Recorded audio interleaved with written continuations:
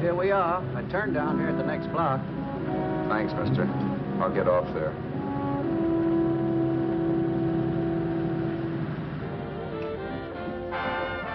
Want anything else?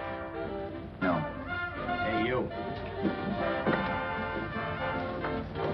Me? Yeah, you. So where you heading? East. Too bad. I thought if you was heading north, I might be able to help you out. Pushing the Salt Lake, and I don't like to ride alone at night. I'm one of those guys that got to talk or I fall asleep. Oh. Sure, now my partner, he's got Lou to keep him company, but I ain't got nobody at all. Where you coming from? West. Yeah, sure, I know, but where, L.A.? Maybe. Got a cousin out in L.A. You don't say. Yeah, he's been out. You're not much of a talker, are you? My mother taught me never to speak to strangers. Oh, a wise guy. So what? Okay, don't get sore. Trying to be sociable, that's all. Hey, Glamorous. You change for a dime, will you?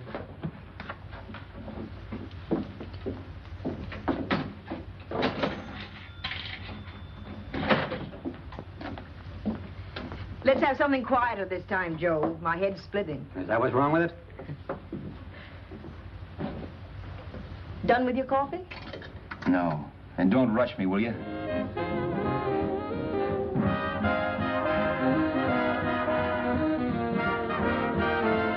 Turn that off. Will you turn that thing off? What's eating you now? Yeah, what's eating you? That music, it stinks. Oh, you don't like it, huh? No, turn it off. Oh, wait a minute, pal. That was my nickel, see?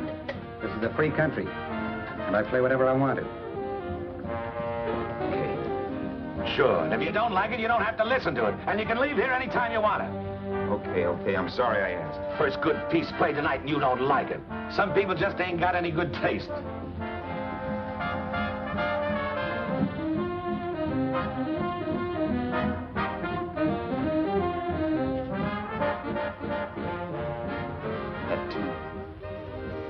Tune. Why was there always that rotten tune? Following me around, beating in my head, never letting up. Did you ever want to forget anything? Did you ever want to cut away a piece of your memory or blot it out? You can't, you know. No matter how hard you try. You can change the scenery. But sooner or later, you'll get a whiff of perfume or somebody will say a certain phrase or maybe hum something. Then you're licked again. I can't believe that you're in love with me. I used to love that song once. So did the customers back in the old Break at Dawn club in New York. I can't remember a night when I didn't get at least 3 requests for it. Sue, she was always selling it too. Those were the days.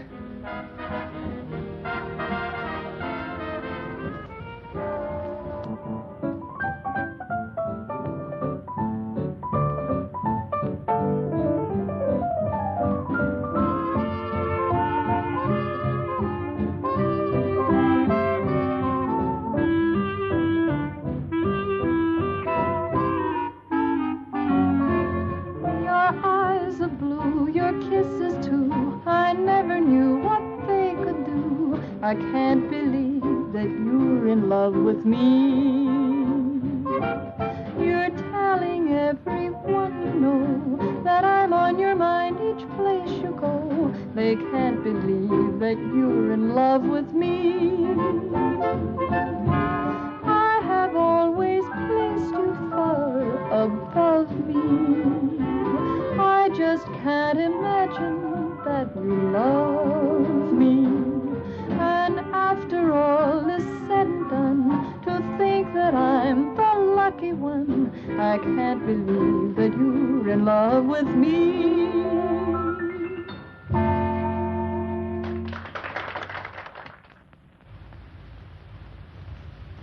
It wasn't much of a club, really. You know the kind. A joint where you could have a sandwich and a few drinks and run interference for your girl on the dance floor. I pounded the piano in there every night from 8 until the place closed up, which usually meant 4 in the morning. A good job as jobs went in those days. Then, too, there was Sue, who made working there a little like working in heaven. But how we felt about each other, well, there was nothing very unusual in that. I was an ordinary healthy guy, and she was an ordinary healthy girl, and when you add those two together, you get an ordinary healthy romance, which is the old story. Sure, but somehow, the most wonderful thing in the world.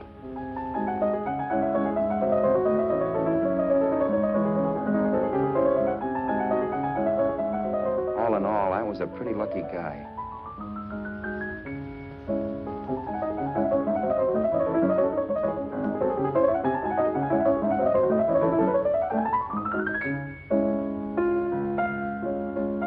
Mr. Paderewski, I presume. It's beautiful. You're going to make Carnegie Hall yet, Al? Yeah, as a janitor. I'll make my debut in the basement. I don't blame you for being bitter, darling, but you mustn't give up hope. Why, someday... Yeah, someday. If I don't get arthritis first. In the meantime, let's blow this trap.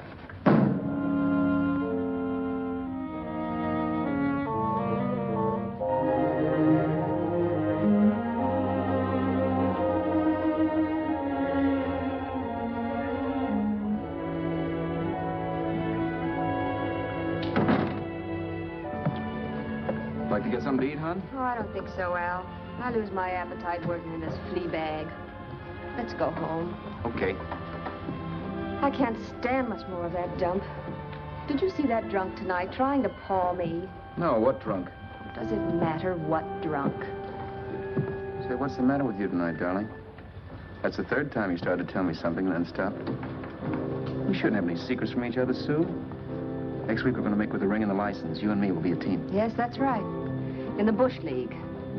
I don't get you. We've been struck out. It's a funny way to talk, darling. Don't you want to marry me? Al, look, I love you. You know I do, and I want to marry you. But? But not now. Only after we've made good. Sunday, I'm going away. Oh, I know you'll think it's silly. That's why I hesitated to tell you. But I'm going to California. I want to try my luck in Hollywood. That's the most stupid thing I ever heard of. Don't you know millions of people go out there every year and wind up polishing cuspidors? I thought you had better sense. You sound as if you don't think I have any talent. That has nothing to do with it.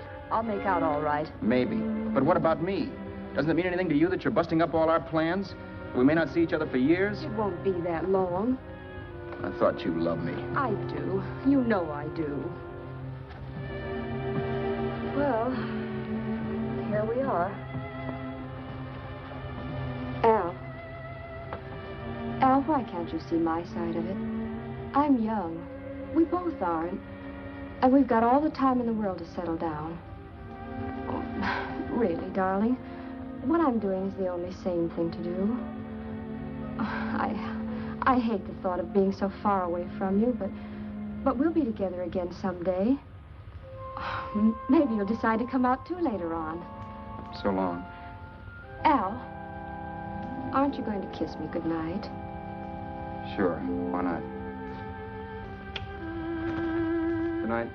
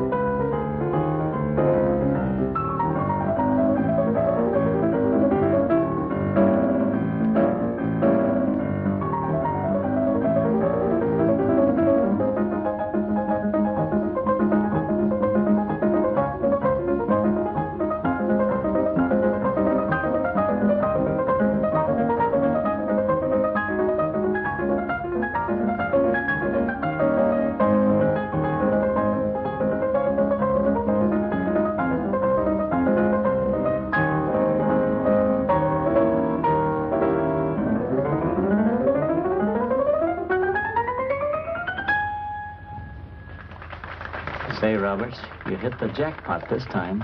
$10. Thanks.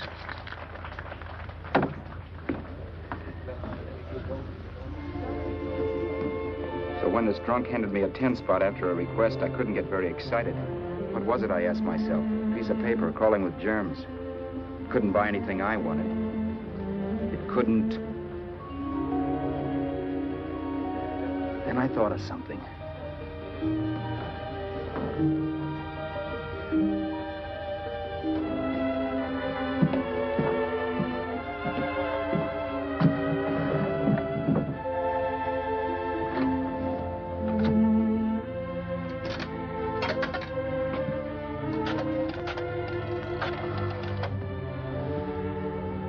Long distance.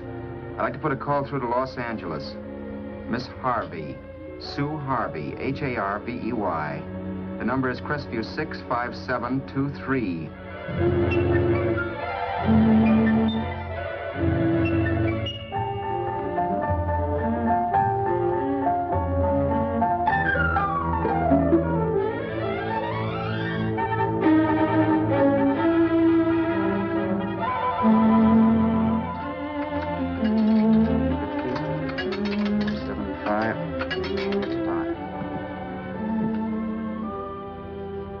Hello, Sue?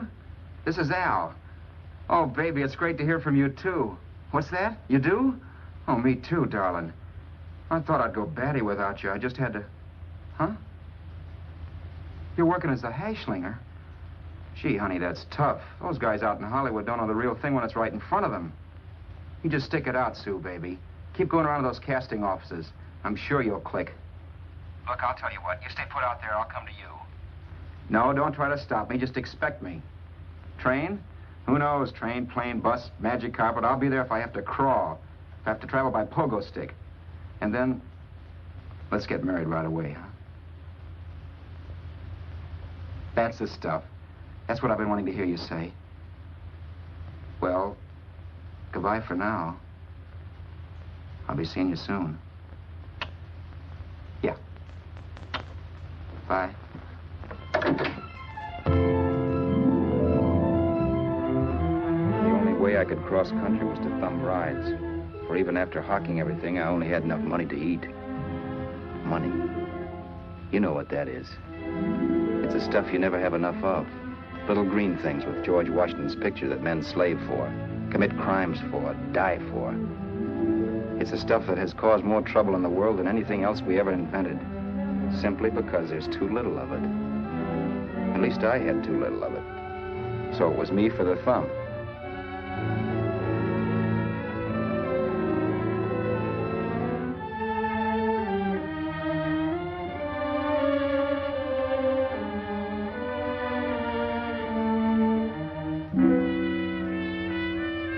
Ever done any hitchhiking? It's not much fun, believe me. Oh, yeah, I know all about how it's an education, how you get to meet a lot of people and all that. But me, from now on, I'll take my education in college, or in PS 62, or I'll send $1.98 in stamps for 10 easy lessons.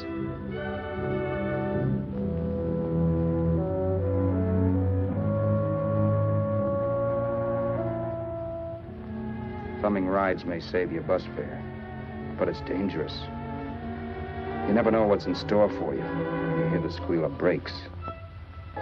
If only I had known what I was getting into that day in Arizona. Here, throw that in the back seat. Okay, let's go. Make sure that door's closed.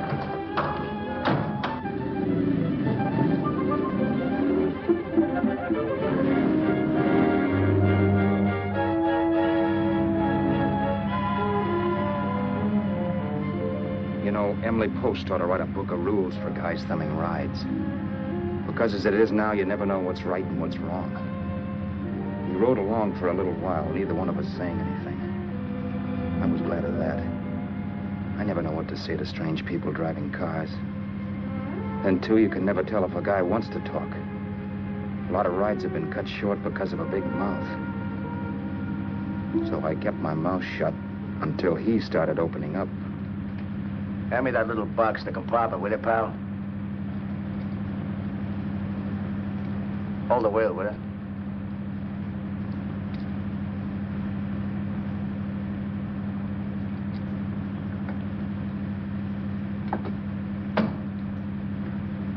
How far are you going? L.A. Wow, you're really traveling, aren't you? Yeah, but I don't expect to make it for a couple of years at the rate I've been promoting rides. Not much luck, huh? Sure, all bad. Not many people stop for a guy these days. Afraid of a stick-up, maybe. Well, they can't blame them. Where you coming from? New York? Well, New York. You're in luck this time. I'm going all the way. Right through to Los Angeles. You drive a car? Sure. Whenever you're tired, let me know. I'll holler. I guess at least an hour passed before I noticed those deep scratches in his right hand. They were wicked. 3 puffy red lines about 1/4 of an inch apart. He must have seen me looking at them because he said, Beauties, aren't they? They're gonna be scars someday. What an animal. Whatever it was, it must have been pretty big and vicious to have done that. Right on both counts, New York. I was tussling with the most dangerous animal in the world. A woman. She must have been Tarzan's mate. Looks like you lost the bout. Certainly wasn't a draw. You know, there ought to be a law against dames with claws. Yeah. I tossed her out of the car in her ear. Was I wrong? Give a lift to a tomato, you expect her to be nice, don't you? Yeah. After all, what kind of dame's son rides? Sunday school teachers? Yeah. A little witch. She must have thought she was riding with some fall guy. And me, who's been booking horses around racetracks since I was 20. I've known a million dames like her. 2 million. Yeah. Stopped the car, opened the door. Take it on the yard, the Duffy sister, I told her. That's the stuff. As that was done, huh? But if you want to see a real scar, brother, get a load of this. Wow. I got that one dueling. Dueling? Yeah, we're just kidding, of course. My dad owned a couple of Franco-Prussian sabers. Kept them on the wall for decorations. Well, one day, the kid and I took them down when the old man wasn't around. Had a duel. He got me in the arm here. Pretty mean cut. Infection set in later. Yeah, I can see that. Now, give me that box again, will you? Yeah.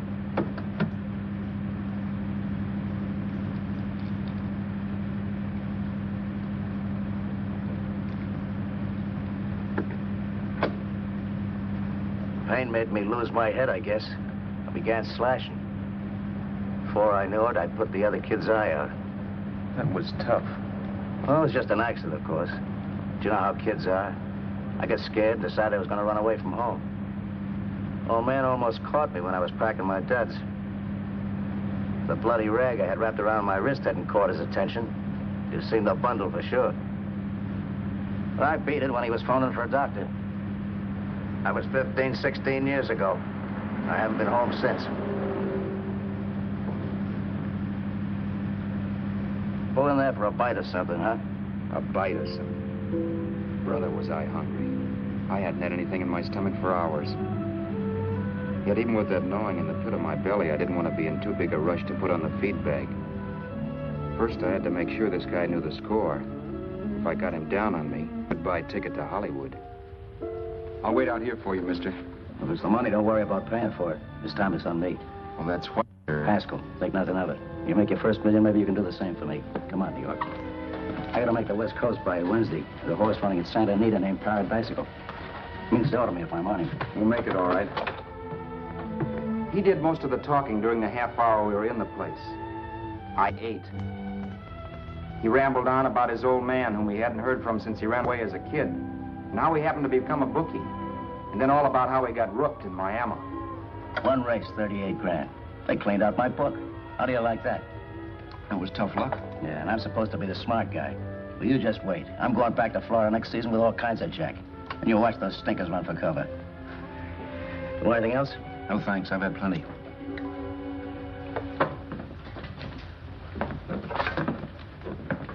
That check there, sister?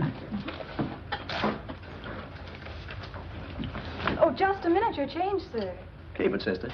Oh, thank you, sir. Call again. I'll be waiting outside for you when you finish work. Sharp check, huh?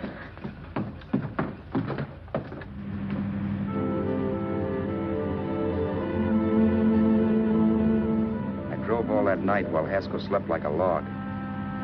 After a while, I began to get sleepy myself. I was happy, though. Soon I'd be with Sue again. The long trip was practically over, and there'd be no more hoofing it down the concrete. I began to think of the future, which couldn't have been brighter if I'd embroidered it with neon lights. It was nice to think of Sue shooting to the top. It's amazing what a full belly can do to your imagination. Your eyes are blue, your kisses too. I never knew what they could do. I can't believe that you're in love with me.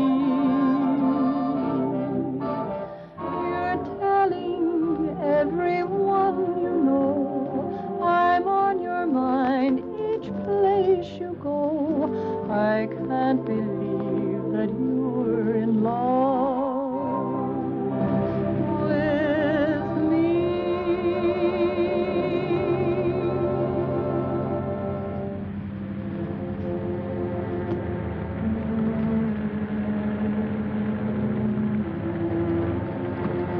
Mr. Haskell? Mr. Haskell? Mr. Haskell, wake up. It's raining. Don't you think we ought to stop and put up the top?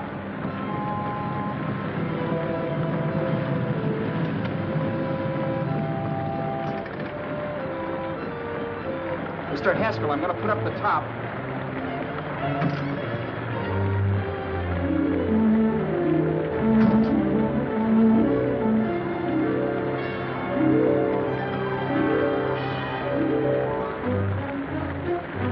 Until then, I'd done things my way.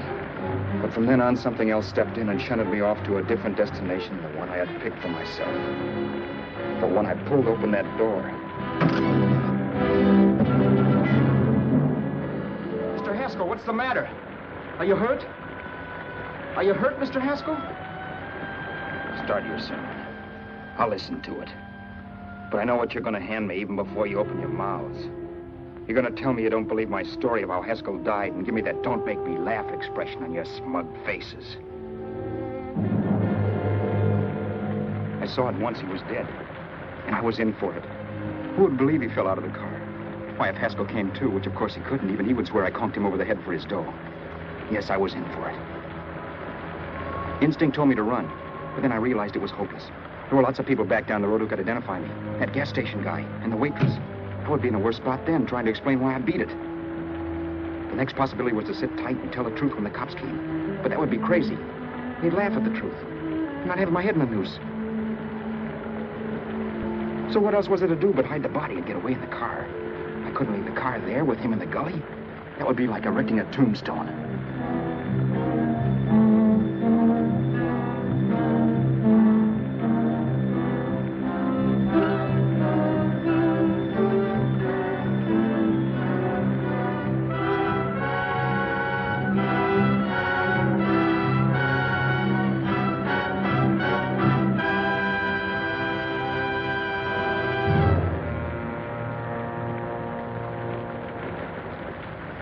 My idea was to cover him with brush, not to rob him. But then I remembered that even if I only drove the car for 100 miles or so, I would need money for gas. Besides, it was stupid of me to leave all that money on a dead man. Not only that, I'd have to take his driver's license in case I was stopped for something. I didn't like to think about it, but by that time I'd done just what the police would say I did, even if I didn't. My clothes. The owner of such an expensive car would never be wearing them. Some cop might pull me in on suspicion.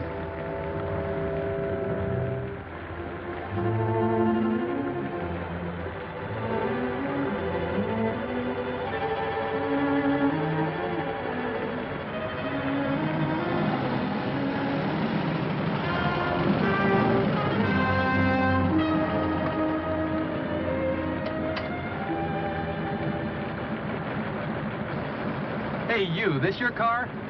Don't you know better than to leave a car with the wheels halfway in the middle of the road? That's the way accidents happen. I'm sorry, officer. I was just putting up my top. I didn't think. Well, the next time, think. I'll let you go now, but watch your step in the future. I know that's a lonely stretch, but cars come by here once in a while, and we have plenty of crack-ups. Thanks, officer.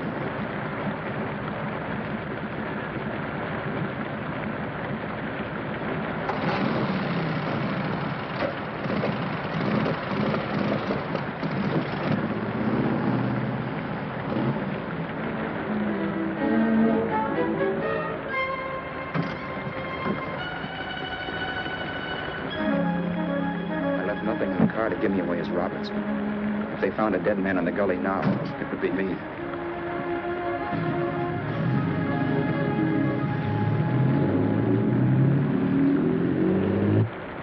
As I drove off, it was still raining, and the drops streaked down the windshield like tears. I kept imagining I was being followed and that I could hear sirens back in the distance. Just how long it took me to cover the 60-odd miles to the California state line, I don't know. I lost all track of time. But the rain had stopped and the sun was up when I pulled up to the inspection station. Hello? Carrying any fruits or vegetables? No. Any livestock or poultry? No. I'd like to see your registration and driver's license, please. Anything in the baggage compartment? Just baggage. Charles Haskell, Jr., age 30, brown eyes, dark hair. Identifying marks, none. Are you Charles Haskell, Jr.? Yes. Well, remember, if you're employed and you stay over 30 days, you take out California plates. All right, officer, but I'll only be in the state a short while. Right, you can go now.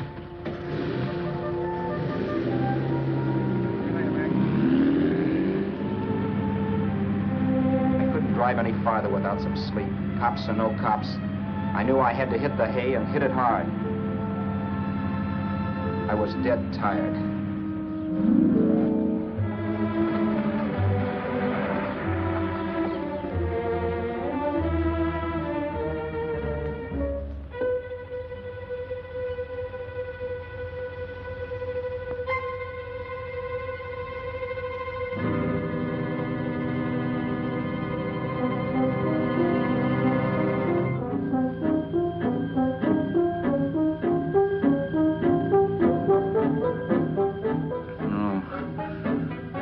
Mr. Haskell. No.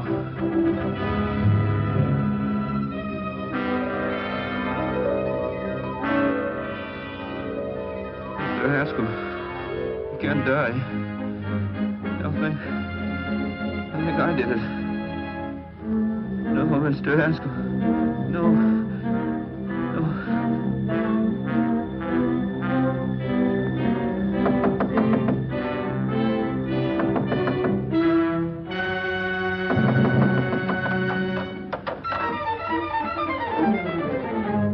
There? It's the maid. Can I come in and clean? Later. In a half hour. All right, sir.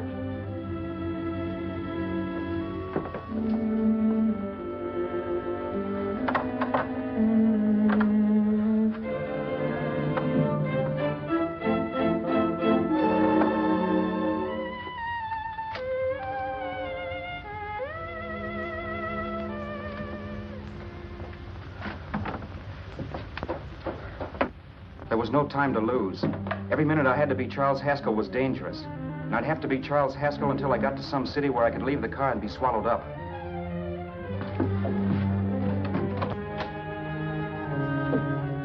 That meant driving the car as far as San Bernardino, maybe even to Los Angeles.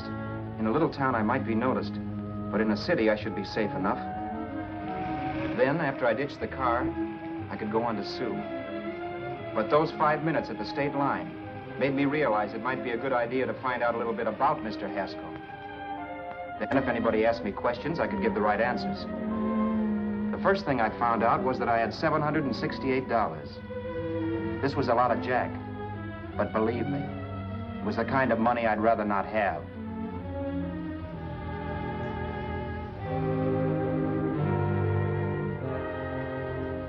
And then I found out from a letter Haskell was carting around in his bag that he wasn't the open-handed, easygoing big shot who went around buying dinners for strange hitchhikers.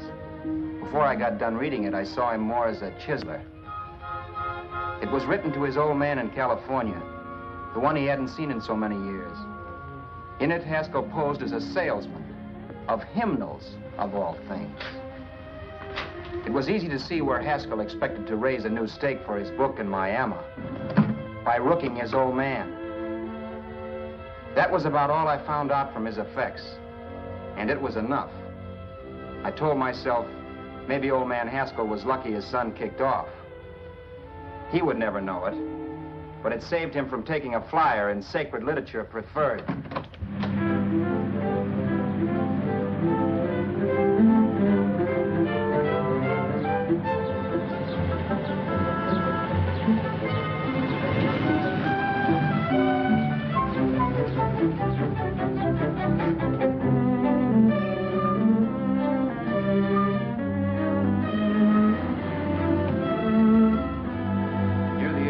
Desert Center, I pulled up for water.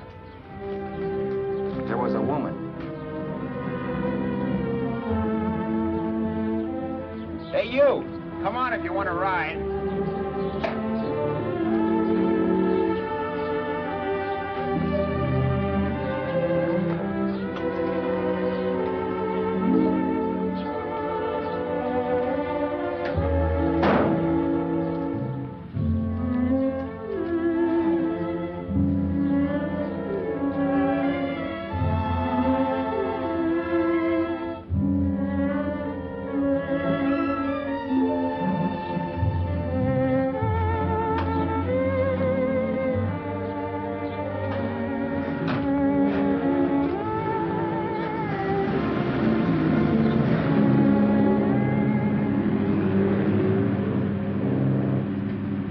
How far are you going? How far are you going? That took me by surprise, and I turned my head to look her over. She was facing straight ahead, so I couldn't see her eyes. But she was young, not more than 24. Man, she looked as if she'd just been thrown off the crummiest freight train in the world. Yet, in spite of this, I got the impression of beauty. Not the beauty of a movie actress, mind you, or the beauty you dream about when you're with your wife, but a natural beauty. A beauty that's almost homely because it's so real. Then suddenly she turned to face me. How far did you say you were going? Los Angeles? L.A.? L.A.'s good enough for me, mister. That's what I was afraid of. What'd you say? Oh, nothing, just thinking out loud. People get in trouble for doing that. What's your name? You can call me Vera if you like. You live in Los Angeles? No. Where are you coming from? Oh, back there. Needles? No. Oh, sure, Phoenix. You look just like a Phoenix girl. Are the girls in Phoenix that bad? The girl must have been pretty tired, because she fell asleep not 20 minutes after she stepped into the car. She lay sprawled out with her head resting against the far door, like Haskell. I didn't like that part of it much, but I didn't wake her up. It wasn't that this girl still worried me. I'd gotten over that funny feeling I had when she looked at me, which I put down as just my jangled nerves. With her eyes closed and the tenseness gone out of her, she seemed harmless enough. And instead of disliking her, I began to feel sorry for her. The poor kid probably had had a rough time of it. Who was she anyway? And why was she going to Los Angeles? And where'd she come from in the first place? The only thing I knew about her was her name. Not that it made any difference. A few hours more and we'd be in Hollywood. I'd forget where I parked the car and look up Sue. This nightmare of being a dead man would be over. Who this dame was, well, it was no business of mine. Where did you leave his body? Where did you leave the owner of this car? You're not fooling anyone. This buggy belongs to a guy named Haskell. That's not you, mister. You're out of your mind. That's my name, Charles Haskell. I can prove it. It's my driver's Save license. yourself the trouble, mister. Having Haskell's wallet only makes it worse. It just so happens I rode with Charlie Haskell all the way from Louisiana. He picked me up outside of Shreveport. You rode? You heard me. Then it all came back to me. All the talk about dueling and scars and scratches. There was no doubt about it. Vera must be the woman Haskell had mentioned. She must have passed me while I slept. Well, I'm waiting. My goose was cooked. She had me. That Haskell guy wasn't dead yet. He wasn't stretched out stiff and cold in any Arizona gully. He was sitting right there in the car, laughing like mad while he haunted me. Well? There was nothing I could say. It was her move. Vera, whatever her name was just my luck picking her up on the road. It couldn't have been Helen, or Mary, or Evelyn, or Ruth. It had to be the very last person I should ever have met. That's life. Whichever way you turn, fate sticks out a foot to trip you.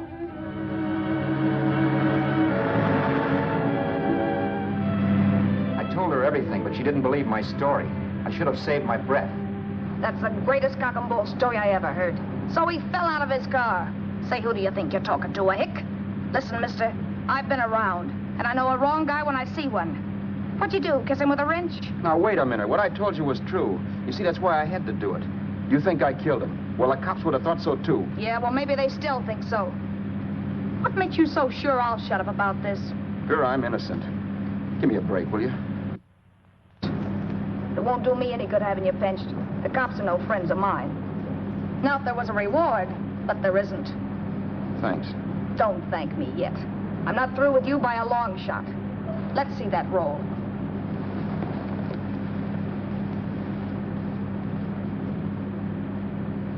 Is that all Haskell had? Isn't it enough? No, I thought he had more. Not that I know of. You can search me if you think I'm holding out on you. Well, maybe I will at that. He told me he was going to bet $3,000 on a horse named Paradisical on Wednesday at Santa Anita. He was stringing you along. He meant 300. Maybe. Sure, $3, 300. He was a piece of cheese, a big blowhard. Listen, mister, don't try and tell me anything about Charlie Haskell. Remember, I knew him better than you did. Okay, then you knew he was a four-flusher. That explains the $3,000 bet. I'm not so sure he didn't have that $3,000. Why should I believe you? You got all the earmarks of a cheap crook. Now, wait a minute. Shut up. You're a cheap crook and you killed him. For 2 cents, I'd change my mind and turn you in. I don't like you. All right. Don't get sore. I'm not getting sore. But just remember who's boss around here. If you shut up and don't give me any arguments, you'll have nothing to worry about. But if you act wise, well, mister, you'll pop into jail so fast it'll give you the bends. I'm not arguing. Well, see that you don't. You know, as crooked as you look, I'd hate to see a fella as young as you wind up sniffing that perfume that Arizona hands out free to murderers. I'm not a murderer. Of course you're not. Haskell knocked his own head off. He fell, that's how it happened, just like I told you. Sure, and then he made you a present of his belongings. I explained why I had to do that. Doesn't make a difference one way or another. I'm not a mourner. I liked Haskell even less than I like you. Yeah, I saw what you did to him. What do you mean? Those scratches on his wrist. Sure, I scratched him. I'll say you did. So your idea was to drive the car a little way, maybe into San Bernardino, and then leave it. You weren't going to sell it? Sell it? You think I'm crazy? Somebody else's car? See, all I want to do is leave it somewhere and forget I ever saw it. Not only don't you have any scruples, you don't have any brains. I don't get you. Maybe it's a good thing you met me. You'd have got yourself caught, sure.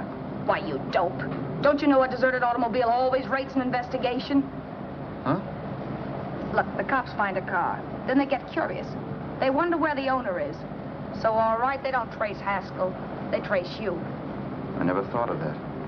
The only safe way to get rid of the car is to sell it to a dealer. Get it registered under a new name. Say, stop at the next store. I want to get a bottle and do some shopping before we hit L.A. Okay. As soon as we find a place, I'll drop you off and pick you up later. Nothing doing. You're coming in, too. From now on, you and I are like the Siamese twins. Have it your way, but I don't get the point. The point is, I don't want you to get lost. I'm not going to beat it if that's what you're afraid of. I'll say you're not. Well, I'm going to see that you sell this car so you don't get caught. Thanks. Of course, your interest wouldn't be financial, would it? You would want a small percentage of the profits. Well, now that you insist, how can I refuse? 100% will do. Fine. I'm relieved. I thought for a moment you were going to take it all. I don't want to be a hog. A few hours later, we were in Hollywood. I was recognizing places Sue had written about. It struck me that far from being at the end of the trip, there was a greater distance between Sue and me than when I started out. Vera wasn't kidding with that Siamese twins crack. She rented a little apartment as Mrs. Charles Haskell. When I objected to this, she explained that it was on account of the car. A dealer might think something was funny if he called and found we were using different names.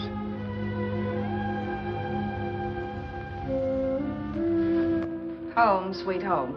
Yeah. Not bad either.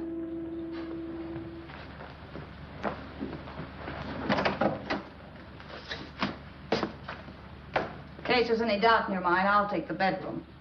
Yeah. Sure is stuffy in here.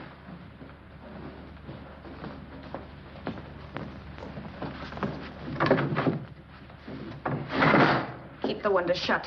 Okay. The old crow downstairs said there's a folding bed behind this door.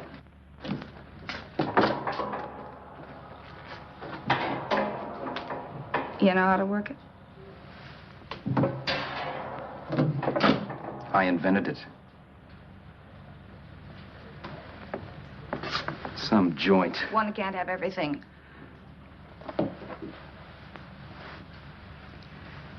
I'm first in the bathtub. I don't know why, but I figured you would be.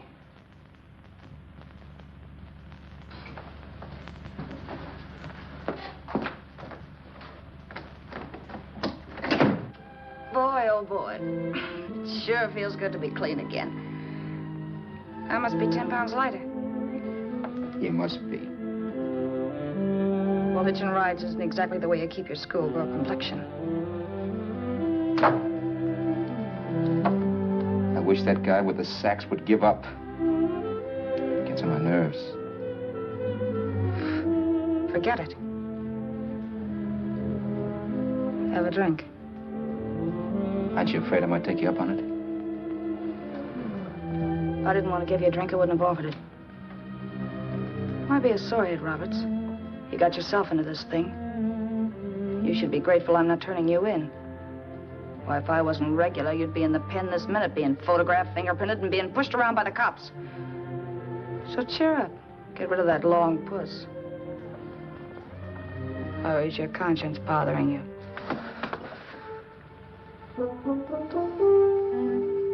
No. It isn't. Swell. That's the spirit. He's dead and no moaning around will bring him back.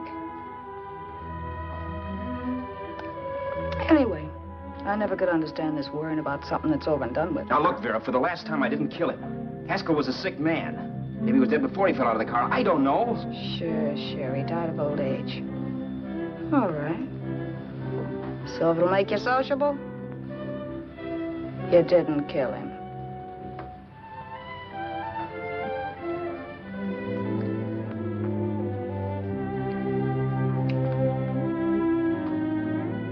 Thanks.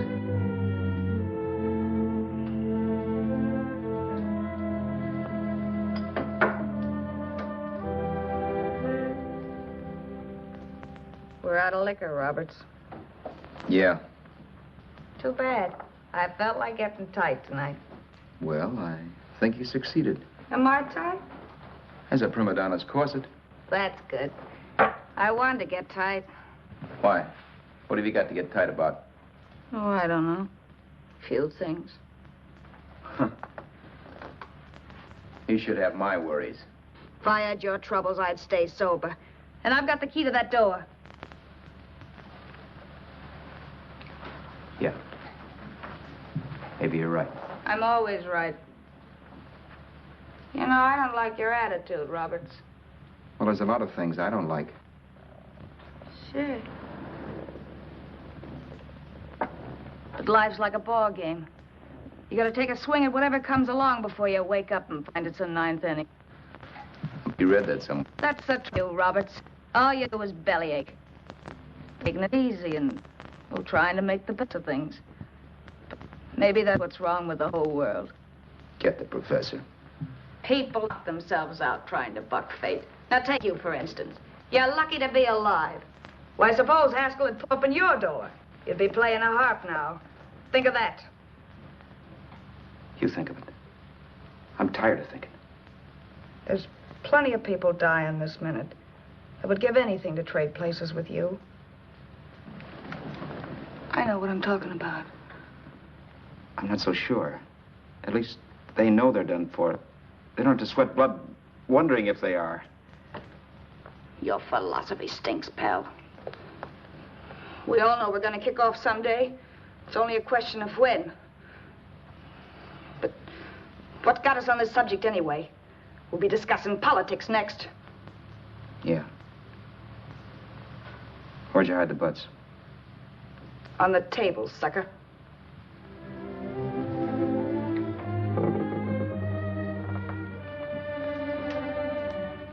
We bored each other with conversation for a couple of hours longer. Every 5 minutes, one of us was wishing we had another bottle or a radio or something to read. Then finally, we ran out of chatter. I know it's only 11 o'clock, but I want to get up early and make the rounds of the used car lots. No hurry about that. We got all the time in the world. Maybe you have, but if you think I want to stay cooped up in this place any longer than I have to, you're batty. It's not a bad place. Pay plenty for diggings like this in New York. I wouldn't like it if it was the Ritz.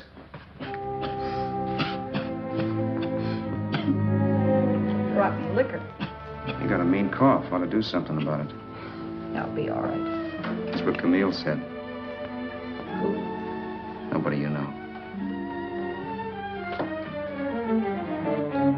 Wasn't that the dame that died of consumption? Yeah. Wouldn't it be a break for you if I did kick off? You'd be free with all Haskell's dough and car. I don't want to see anybody die. Not even me. Especially not you. One person died of me. If you did, well, that's all I need. You don't like me, do you, Roberts? Like you? I love you. My favorite sport is being kept prisoner. After we sell the car, you can go to blazes for all I care. But not until then.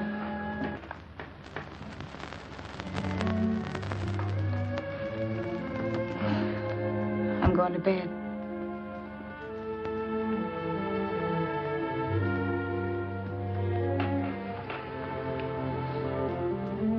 Good night, Roberts. Don't try and sneak away during the night. All the doors are locked. Anyway, if I find you gone in the morning, I'll notify the police. They'll pick you up. Don't worry, I know when I'm in a spot. Well, good night. I hope that portable rack isn't too uncomfortable for you. Don't lose any sleep over it, will you, Vera?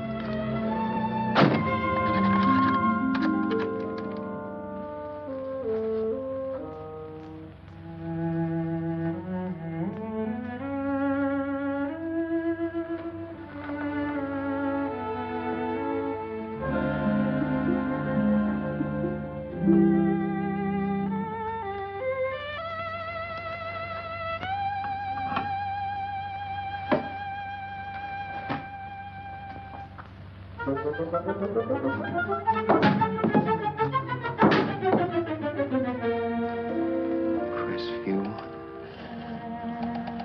6, 5, 7, 2, 3.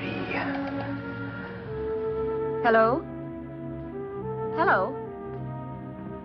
Hello? Hello?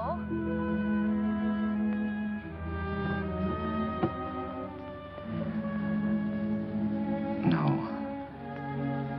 Not yet, darling. Tomorrow. Maybe. If this were fiction, I would fall in love with Vera, marry her, and make a respectable woman of her. Or else she'd make some supreme Class A sacrifice for me and die. Sue and I would bawl a little over her grave and make some crack about there's good in all of us. But Vera, unfortunately, was just as rotten in the morning as she'd been the night before. All right, I'm coming. Look, Vera, it's almost noon. So what? The dealers will be there all day? They'll be there all year, too, but it doesn't wait that long. Shut up. You make us like a husband. Well, do I rate a whistle? You sure do, but let's go. Let's go, let's go. I spent $85 and 2 hours preparing bait, and all you can say is let's go. Come on.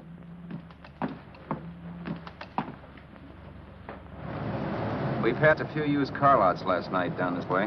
What do you think we can get for this heap? I don't know. Plenty. You let me handle everything. Think we can get $2,000? I don't know, but don't worry. I'll squeeze as much out of this guy as I can. If I let it go cheap without a fight, he might think we've stolen the car. And listen, don't make any slips and call me Roberts. That'll cook us. I don't need you to tell me that. You better just sit by and keep your mouth closed. Remember, we're both in the soup if anything happens. Forget it and drive. You're my wife, Vera Haskell. Look, after the deal's closed, let's go back to that place on Hollywood Boulevard where I saw the fur jacket. I want to buy it. After the deal's closed, I'm saying goodbye to you. That's right, I forgot. I guess I'm getting kind of used to you. Well, that's a habit you could start breaking. Let's try this place in the middle of the block.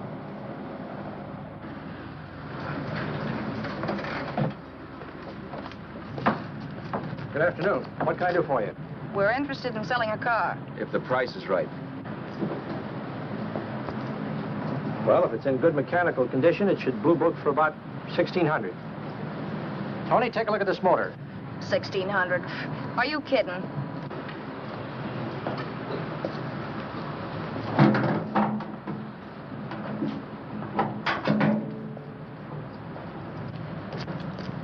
Well, maybe $18.50. Before I let it go for $18.50, I'll wreck it and collect the insurance first.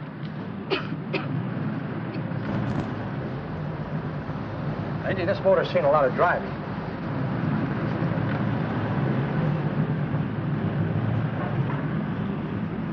While the mechanic inspected the car, we haggled.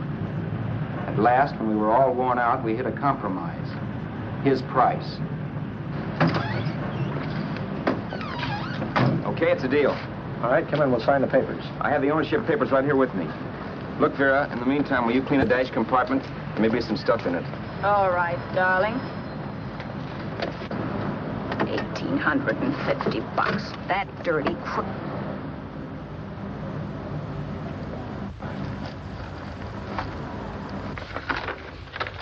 In New York, huh?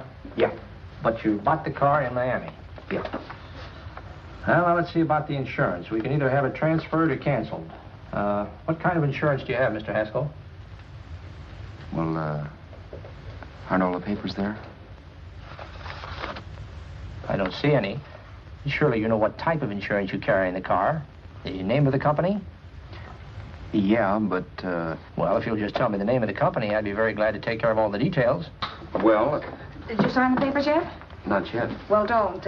We're not selling the car. Well, wait a minute, Mrs. Haskell. Come on, darling. What's the matter? Change your mind? Yes, I'm sorry. I guess I have. But, Vera... Let's go.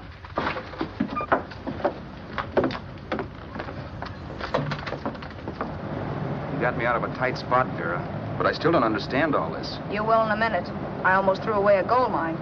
$18.50 isn't to be sneezed at. The car doesn't book for as much as I thought. We're not selling the car. You want to keep it. Now, wait a minute, Vera. You said yourself I wouldn't be safe until the car was in someone else's name. I'd like to be free of this mess when I go. That's just it, Roberts. You're not going. There's a drive-in at the next corner. Pull in there and we'll get a bite to eat. And I'll explain. What is this, another one of your brilliant ideas?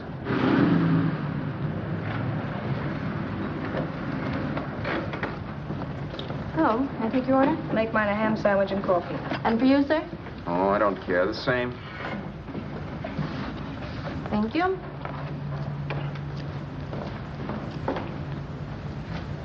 Get this, Vera. I've been pretty patient so far. I've done everything you asked me to do, but no more. Shut up. You've taken Haskell's money. You can have the dough we get from selling the car, but you're not going to keep me a prisoner. It's a good thing I bought the paper. Take a look at that. Vera, I'm in no mood. Read that.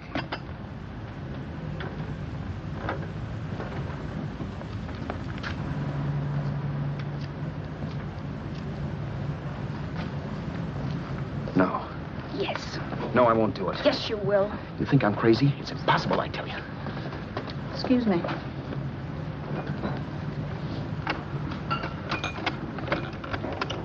Blow the horn when you're through. No one could possibly get away with an act like that. It'd be wise to me in a minute. Don't be yellow. You look enough like him. The same coloring and the same build. See how his clothes fit you? No kidding, you almost had me fooled for a while. Oh, grow up, Vera. Don't you think a father knows his own son? And there must be other relatives. The father won't have to know you. We'll wait till he gives up the ghost. He's an old geezer and he won't pull through. And as far as other relatives are concerned, they haven't seen you in 15 or 20 years. Eat. I'm not hungry. And I won't do it. It's not as tough as it sounds. Remember, you've got all kinds of identification. His car, letters, license. I could never get away with it. It's the stupidest thing I've ever heard. The old boy has scads of dough. Look in the paper there. Personal fortune assessed at over $15 million. He'll leave plenty, I tell you. Maybe he cut off his son. How do we know? It's out, Vera. I won't have anything to do with it. I think you will. Look, Vera, I'll do anything within reason. But not that. So forget it. Find yourself another stooge. You sap. You'll be fixed for the rest of your life as Charlie Haskell. You can take your inheritance and go away. No more worrying about the rent, no sweating, scheming, wondering where your next meal's coming from. Think about that, Roberts. Vera, please, you're talking too loud. On this, I'm splitting 50-50 with you. Sure, why not? We're both alike, both born in the same gutter. Now, take it easy, Vera. There's people around here. You don't know what you're talking about. We'll wait till we read that old man Haskell's dead. Then you show up. Like you read in New York that he was sick. No. Suppose he doesn't die. He will. I know he will. Something tells me. But as much as I insisted I would have no part of her scheme, Vera was taking it for granted I would. Neither of us had our mind on the cards as we played that night. I knew we were just trying to kill time between newspaper editions. This was a death watch for Vera. Maybe it was for me, too. Don't you realize if I'm caught, they'll want to know where I got the car and stuff, and they'll have me on a murder charge. If you're smart, you won't get caught. I knock for 7. And if I'm caught, don't you realize you'll be out, too? 18 points. That gives me 30. How will I be out? You'll be out $1,850 we would have gotten on the car. Really, Vera, you'd be an awful chump if you threw away all that dough on a dizzy long shot. Let me sell the bus tomorrow. With the money it'll bring and what you've already got, a clever kid like you can run it up in no time. Then we'd both be in the clear. I'll be in the clear anyway. Maybe. Maybe. But if I got caught, I'd get good and sore at you, you know. You mean you'd squeal? Well, no, not squeal exactly. Never mind what you meant.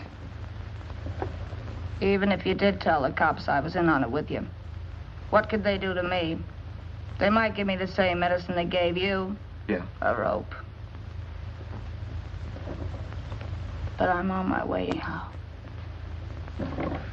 All I'll be doing will be rushing it. All right.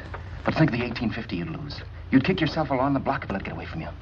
I'll take the chance. Want another drink? You're being a goon. That's the way people wind up behind the 8 ball. Once they get a few dollars, they become greedy and want more. My. Caesar. Who? You know that Roman general? He got his for being greedy. He wasn't satisfied, so the final wind-up was he took the count. A couple of days ago, you didn't have a dime. Why, you were so broke you couldn't pay cash for a postage stamp. Now you've got almost $700 with $1,850 in the offing. Take my advice. Don't try for more. I'm tired of this game. Let's have some blackjack. Play solitaire. Okay, I will if that's the way you feel about it. That's the way I feel about it. Getting sore and throwing things won't help much, Roberts. I'm really doing you a favor. I help you out of a jam by keeping my mouth shut. I show you how to make some soft money. And what thanks do I get? Thanks. Sure. Or would you rather call the cops and told him you killed the man and stole his money? I didn't kill anybody. Yes, you did. No, I didn't. You know I didn't. All right, then. Suppose I call the cops. If you're innocent, what do you got to be scared of? Okay. Call him, you mutt. Go ahead and call him, see if I care. At least they'll give me a square deal. You want me to call them? You heard me. But I'm warning you. If I'm pinched, I'll swear you were in on it. I'll say that you helped me. If I fry, I'll get even with you. You wouldn't dare. You didn't. Yeah? Then try it and see. Call him. Yeah. Okay, I will.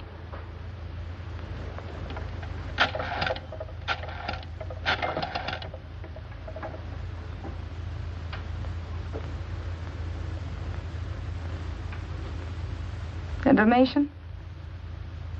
I want the number of the Hollywood police station. Okay, I got it. Thanks. Wait a minute, Vera. You wouldn't do that. Well, wouldn't do that, and I'll show you if I would. Take it easy now. Let's talk this over. This was early in the evening, and the conversation, while hectic, was at least pitched low. But as the minutes passed, and more obstacles to her plan popped into my head, the air got blue. Each word coming from our lips cracked like a whip. I reminded her that as Charles Haskell, I didn't even know my mother's name, where I'd gone to school, the name of my best friend, whether I had an Aunt Emma or not, my religion, and if I'd ever owned a dog. I didn't even know what my middle initial stood for. I also pointed out that the real Haskell had a scar on his forearm. His people never saw that scar. He told me he ran away right after putting out the kid's eye. Yeah, but his father knew he was cut. It'd have to be some kind of a mark. So what? The old man's dead, or will be. I hope by tomorrow morning's papers. Anyway, you could cut yourself a little, couldn't you? Boy, for that kind of dough, I'd let you cut my leg off. You're drunk and you're crazy mad, Vera. Turn me in if you want to, but I won't get mixed up in this. Besides, how do we know Haskell was such a phony? Maybe it wasn't the man's son at all. Maybe he just dreamed it up. Well, dreaming or not, you won't be dreaming when the law taps you on the shoulder. There's a cute little gas chamber waiting for you, Roberts. And I hear extradition to Arizona's a cinch. Where's that phone? Vera! Leave me alone. Vera! Here. I want a phone. Call police. I hate you, yellow stinker. You leave me alone. I'll let you alone when you promise to leave the phone where it is. You're drunk. You don't know what you're doing. You're hurting me. Will you promise? All right.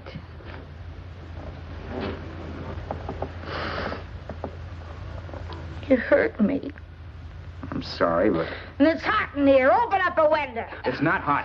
Don't tell me. Now, do you do it or do I do it? You're no gentleman, see? Yeah. All right. I'll open up the window.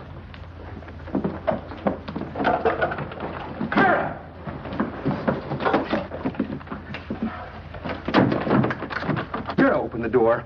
Please open the door. Vera, open the door. Don't use the phone. Listen to me. I don't like you, Roberts. You're no gentleman, see? You hurt my hand, and I'm going to get even with you. If you don't open the door, I'm going to kick it down, Vera. Vera, don't call the cops. Listen to me. I'll do anything you say. Vera, let me in. I'll break the phone.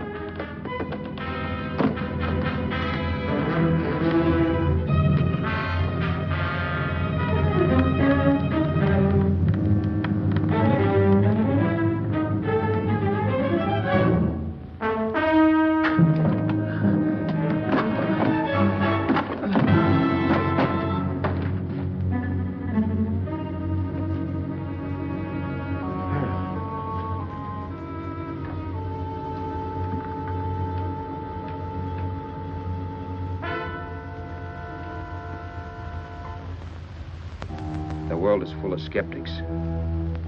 I know. I'm one myself. In the Haskell business, how many of you would believe he fell out of the car?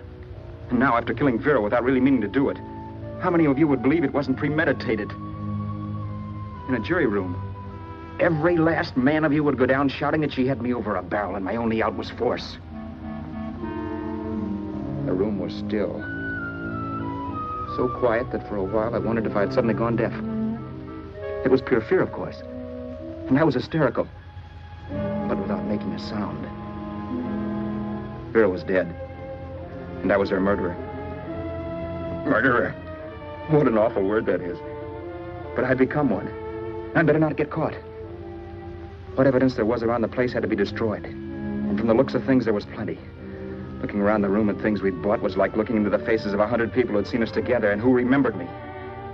This was the kind of testimony I couldn't rub out. No. I could burn clothes and hide bottles for the next 5 years. There'd always be witnesses. The landlady, for one. She could identify me. The car dealer, the waitress in the drive-in, the girl in the dress shop, and that guy in the liquor store. They could all identify me. I was cooked. Done for. I had to get out of there. While once I'd remained beside a dead body, planning carefully how to avoid being accused of killing him, this time I couldn't. This time I was guilty. I knew it. Felt it. I was like a guy suffering from shock. Things were whirling around in my head. I couldn't make myself think right. All I could think of was the guy with the saxophone and what he was playing. It wasn't a love song anymore. It was a dirge.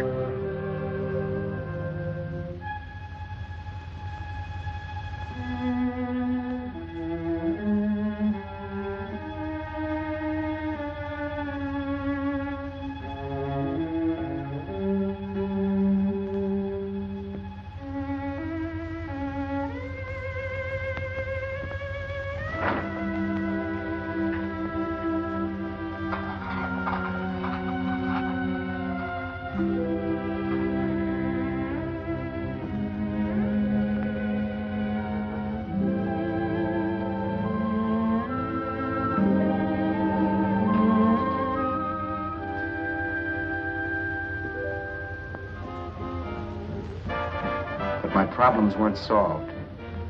I had to stay away from New York for all time because Al Roberts was listed as dead and had to stay dead. And I could never go back to Hollywood. Someone might recognize me as Haskell. Then, too, there was Sue. I could never go to her with a thing like this hanging over my head. All I could do was pray she'd be happy.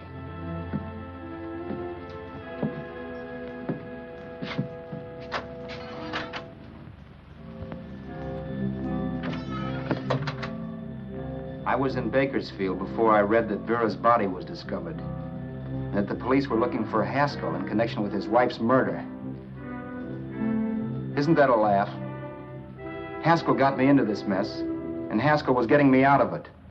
The police were searching for a dead man. I keep trying to forget what happened, and wonder what my life might have been if that car of Haskell's hadn't stopped. But one thing I don't have to wonder about. I know. Someday a car will stop to pick me up that I never thumbed.